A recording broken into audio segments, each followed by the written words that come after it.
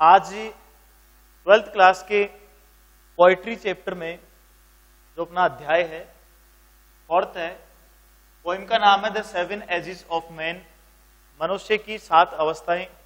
ये पोइम आपने भली बाती पढ़ ली है। इसमें सबसे इंपॉर्टेंट जो क्वेश्चन बनता है वो बनता है कि मनुष्य की कितनी अवस्थाएं होती है अकॉर्डिंग टू द पोइट, कवि के अनुसार।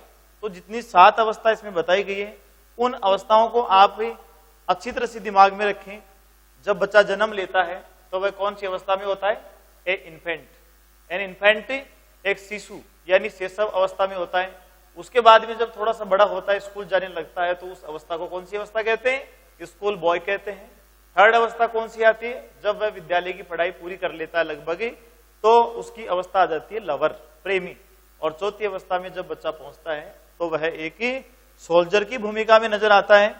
और 5वीं अवस्था में पहुंचता है तो वह एक जस्टिस, क्या सही है क्या गलत है इसकी पहचान करना उसको आने लग जाती है, तो वह एक जस्टिस की भूमिका में आ जाता है। और 6वीं अवस्था जैसे ही वह अपनी जस्टिस या सही गलत का फैसला करने वाली या कार्य करने वाली प्रोफेशन नौकरी वाली अवस्था से बाहर निकलता है तो वह एक पेंटालून या विदूषक की भूमिका में आ जाता है। और अंतिम अवस्था जो पोइट के अनुसार या पोइम के अनुसार तो यहाँ पर ही सेकंड चाइल्डिशनेस कहते हैं। वैसे अंतिम अवस्था इंसान की कौन सी होती है?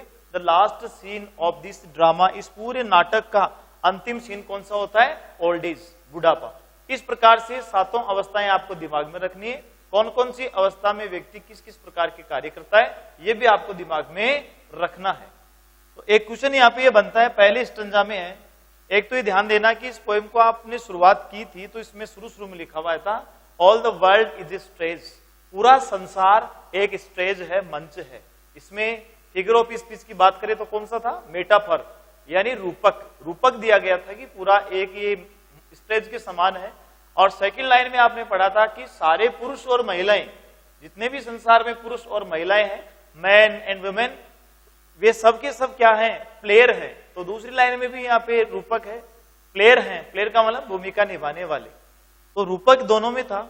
अब क्वेश्चन उसी में से बनता है, why does the poet compare man and women to the players? Player का मतलब यहाँ खिलाड़ी से नहीं है, प्लेयर का मतलब यहाँ पर रोल प्ले करने वाले से है, भूमिका निभाने वाले से है। कवि के अनुसार कवि सभी पुरुष और महिलाओं की प्लेयर से कंपेयर क्यों करता है, तुलना क्यों करता है? ये यहाँ पे कंपेयर है, ध्यान रखना, कंपेयर यानी तुलना करना। तो इसका आंसर हो जाएगा द पोइट कंपेयर्स। कंपेयर से क्या बन गया? कंपेयर्स। क्यों बना? क्योंकि यहाँ पे हेल्पिंग वर्ब क्या है? डज, इसलिए कंपेयर में क्या लग गया? S. The poet compares man and women, पुरुष और महिलाएं, टू द प्लेयर्स, प्लेयर से, बिकॉज, क्योंकि। अब ये थोड़ी छोटी छोटी बातें आपको ध्यान में रखनी है हमेशा। बार बार आप जब क्वेश्चन आंसर करोगे तो ये काम आएगी। वाई वाला प्रश्न है, एक सेंटेंस से अधिक बड़ा उत्तर है जिसमें सब्जेक्ट और वर्ब का होना जरूरी है। वहां पर आप क्या जोड़ेंगे? Connective, because. बिकॉज दे, वे कौन? Man and women. सिंपली, सीधे तौर पे कम आते हैं, आमतौर पे साधारण तरीके से जिस प्रकार से स्टेज पे व्यक्ति जाता है ऐसे आता है।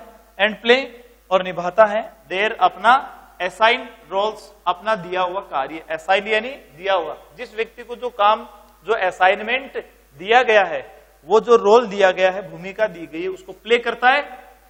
किस प्रकार से? जैसे स्टेज पे कोई व्यक्ति रोल प्ले करता है ऐसे। जस्ट एज एक्टर्स, जैसे कि एक्टर करते हैं। जस्ट एज का मतलब है ठीक उसी प्रकार से जैसे एक्टर, एक्टर का क्या काम है? एक्टिंग करना, एक्शन करना, अभिनय करना। ऐसे ही व्यक्ति जब इस जमीन पर जन्म लेता है, धरती पे आता है, तो वह एक एक्टर की भांति कार्य करता है कि उसको क्या रोल दिया गया है। हु एंटर, जो कि एंटर करता है यानी जिसकी एंट्री होती है, प्रवेश करता है। एंड लीव, और छोड़ देता है द स्टेज, और बाद में स्टेज को छोड़ देता है इन द ड्रामा, नाटक में। ड्रामा मीन्स नाटक। ये नाटक है वो स्टेज का नाटक है। और व्यक्ति, पुरुष महिलाएं आते हैं वो जीवन रूपी नाटक है। जीवन में कौन कौन से काम वो करते हैं वो सब नाटक है। मैन एंड वुमेन, ठीक उसी प्रकार से पुरुष और महिलाएं आर बोर्न, जन्म लेते हैं, एंड डाई, और मर जाते हैं, इन दिस वर्ल्ड, इस संसार में। In this world, world means दुनिया, संसार। ठीक उसी प्रकार से एक व्यक्ति है कोई संसार में जन्म लेता है, जन्म लेना उसका स्टेज पे एक एक्टर की एंट्री होती है, उस प्रकार जन्म लेना है। और जैसे ही वह अपना रोल पूरा करता है, स्टेज से वो लेफ्ट हो जाता है, चला जाता है, उसी प्रकार से व्यक्ति अपना कर्म पूरा करने के बाद में मर जाता है। ये उसके जीवन का अंतिम सीन होता है। तो यहाँ पे तुलना क्यों की गई, ये प्रश्न ये था। तुलना इसलिए की गई है क्योंकि पुरुष और महिलाएं सभी किसके समान है, एक्टर के समान है, क्यों भूमिका निभाते हैं, जो रोल उनको मिला है उसको पूरा करते हैं और वे चले। नेक्स्ट क्वेश्चन है इसका, what does an infant do in his nurse arm. पहली जो अपनी स्टेज है वो कौन सी स्टेज आती है, एन इन्फेंट, एक शिशु क्या करता है, इन हिज नर्स आर्म, अपनी नर्स की गोदी में। नर्स यानी क्या होता है, परिचारिका भी कह सकते हैं, धाइमा कह सकते हैं, देखरेख करने वाली। एक बच्चा या एक शिशु क्या भूमिका निभाता है, किस प्रकार से कार्य करता है जब वह नर्स की गोदी में होता है। तो पोइम में आपने पढ़ा था, एन इन्फेंट, एक शिशु, म्यूल्स, रोता है, एंड प्यूक्स, और उल्टियां करता है। म्यूल मीन्स क्या होता है, रोना। बच्चा जिस प्रकार से लगातार रोते जाता है, उस कंटिन्यू रोने की आवाज को क्या कहते हैं, म्यूल। MEW से ये बना, ध्यान रखना, MEW, म्याऊ म्याऊ करना, L लग गया, उसी तरह से रोना, लगातार कंटिन्यू बिल्ली की तरह। एंड और प्यूक, और जैसे ही बच्चा एक धाय मां की गोदी में दूध पीता है, उसके बाद में वापस उल्टियां करता है, उसको क्या कहते हैं, प्यूक कहते हैं। प्यूक्स इन नर्स आर्म्स, और वह अपनी नर्स या धाय मां की गोदी में भुजाओं में उल्टियां करते हुए अपनी पहली भूमिका निभाता है। ये बिल्कुल आसान सा प्रश्न है, इसका उत्तर आप अच्छे से याद कर लेंगे। An infant mewls and pukes in his nurse arms. अगला प्रश्न है, why does a school boy walk like snail. दूसरी भूमिका कौन सी आती बताइए, दूसरी स्टेज का क्या नाम है, स्कूल बॉय, विद्यालय में जाने वाला एक लड़का क्यों, वॉक यानी चलना, WALK, इसको क्या बोलेंगे, वॉक। वॉक मीन्स चलना, लाइक ए स्नेल, यहां किसकी उपमा दी गई है, स्नेल की। स्नेल ये समुद्री जो जीव है, कीड़ा है, रेंग रेंग के चलने वाला। ए स्नेल, एक स्नेल की तरह बच्चा क्यों चलता है, अर्थात वह पैरों को पटकते पटकते रेंगते हुए घूम घूम करके क्यों जाता है, सीधा स्कूल क्यों नहीं जाता है। तो इसका उत्तर क्या हो जाएगा, ए स्कूल बॉय, एक विद्यालय में जाने वाला लड़का, वॉक से चलता है, लाइक ए स्नेल, एक स्नेल की तरह, बिकॉज क्योंकि ही इज नॉट विलिंग, क्योंकि वह इच्छुक नहीं है। विलिंग माने क्या होता है, इच्छुक। ही इज नॉट विलिंग, उसकी स्वयं की इच्छा नहीं है, टू गो टू स्कूल, विद्यालय जाने की। छोटा बच्चा है, जब पहली बार स्कूल में जाता है तो उसकी स्वयं की इच्छा स्कूल जाने की नहीं होती है, इसलिए वह धीरे धीरे पैरों को पटकते हुए एक स्नेल की तरह रेंगते हुए विद्यालय जाता है। इसलिए यहां पर ऐसा कहा गया है कि एक स्कूल बॉय इस प्रकार से स्नेल की तरह चलता है। अगला क्वेश्चन, व्हाट पार्ट, कौन सा भाग, डज ए मैन, एक आदमी, मनुष्य, मानव, प्ले, निभाता है, in the 5th stage of his life, अपने जीवन की 5वीं अवस्था में। लाइफ यानी जीवन, स्टेज यानी अवस्था, कौन सी स्टेज में, 5वीं। ये इस टाइप के तो सारे ही प्रश्न आपको तैयार करने हैं। प्रत्येक अवस्था में आपको दिमाग में रखना है 7 अवस्थाओं के अलग अलग नाम। तो 5वीं अवस्था पूछिए, 5वीं अवस्था में यहाँ पे क्या हो जाएगा, ए मैन, एक आदमी, प्लेज, निभाता है, द पार्ट, भाग, ऑफ ए जस्टिस, एक जस्टिस का। ये ध्यान रखना है, यहाँ पे 5वीं अवस्था कौन सी होती है, 5th स्टेज, जस्टिस, न्यायाधीश की भूमिका में होता है, इन द 5th स्टेज। एक बार आप यहां फिर दोहराएंगे, पहली स्टेज कौन सी है, पहली stage infant, second school boy, third lover, 4th stage a soldier, और 5th स्टेज यहां पे हो गई जस्टिस। और इसकी 6th स्टेज कौन सी है, 6th स्टेज पेंटालून, विदूषक या जोकर की भूमिका में, जब थोड़ा सा बुढ़ापे की ओर अग्रसर होता है। और लास्ट अंतिम अवस्था जिसे अपन दूसरा बचपन भी कहते हैं, सेकंड चाइल्डिशनेस कहते हैं, और उसको वैसे सीधे तौर पे कह देंगे ओल्ड एज। नेक्स्ट क्वेश्चन है, who is compared with a leopard and why. प्रश्न है कौन सी स्टेज का है, ये 4th स्टेज का है। हु यानी कौन, इज कंपेयर्ड, तुलना की गई है, किसकी तुलना की गई है, विद ए लेपर्ड, एक तेंदुए के साथ में। कोई में यहाँ पे इसका क्या नाम आया था, पार्ड। पार्ड कह दो चाहे लेपार्ड कह दो, तेंदुआ, एंड वाई और क्यों, कौन से, हु इज कंपेयर्ड अर्थात तेंदुए से किसकी तुलना की गई है और क्यों की गई है। तो आंसर इसका छोटा सा एक वर्ड में हो जाएगा, हु वाला प्रश्न है। हु वाले प्रश्न में आप ये ध्यान रखना, हु वाले में सब्जेक्ट गायब रहता है और आपको सिर्फ उसमें एक सब्जेक्ट लिखना है, बाकी सेम टू सेम लिखना है। तो हु के स्थान पे क्या लिखेंगे, सबसे पहले ए सोल्जर, एक सैनिक, इज कंपेयर्ड, एक सैनिक की तुलना की गई है, विद ए लेपर्ड, एक तेंदुए के साथ में, बिकॉज क्योंकि ही इज क्विक, क्योंकि वह क्विक होता है। कौन, लेपर्ड। उसी प्रकार से कौन होता है, सोल्जर क्विक होता है। क्विक मानी तेज, फुर्तीला, प्रॉम्प्ट उत्साही, फुर्तीला, जोश युक्त, एंड फास्ट और तेज होता है एज ए लेपर्ड, जितना कि एक तेंदुआ होता है। अकॉर्डिंग टू द पोइट, कवि के अनुसार, कवि कौन, विलियम शेक्सपियर। यहाँ पे कहता है कि जब मनुष्य चौथी अवस्था में होता है तो वह एक सोल्जर के समान होता है, अर्थात जिस प्रकार से एक सैनिक जोश वाला होता है, फुर्तीला होता है, तेज होता है, उसी प्रकार से एक लेपर्ड होता है। इसलिए लेपर्ड से तुलना की गई है सैनिक की, क्योंकि लेपर्ड कैसा होता है, क्विक, प्रॉम्प्ट एंड फास्ट, और उसी प्रकार से होता है सोल्जर। अब नेक्स्ट क्वेश्चन देखो, what is the role of a nurse. ये पहली अवस्था से रिलेटेड क्वेश्चन है। व्हाट इज द रोल, क्या भूमिका है, ऑफ ए नर्स, एक नर्स की। नर्स मीन्स परिचारिका, देख रेख करने वाली। धाय माँ की भूमिका क्या होती है जब बच्चा इन्फेंट यानी शिशु अवस्था में होता है तब। ए नर्स, एक नर्स, टेक्स केयर, देखभाल करती है। टेक केयर मीन्स क्या होता है, देखभाल करना, देखभाल करती है। ऑफ ए क्राइंग, एक चीखते हुए, चिल्लाते हुए, रोते हुए, एंड प्यूकिंग और उल्टियां करते हुए, चाइल्ड, बच्चे की, इन हिज चाइल्डहुड, उसके बचपन में।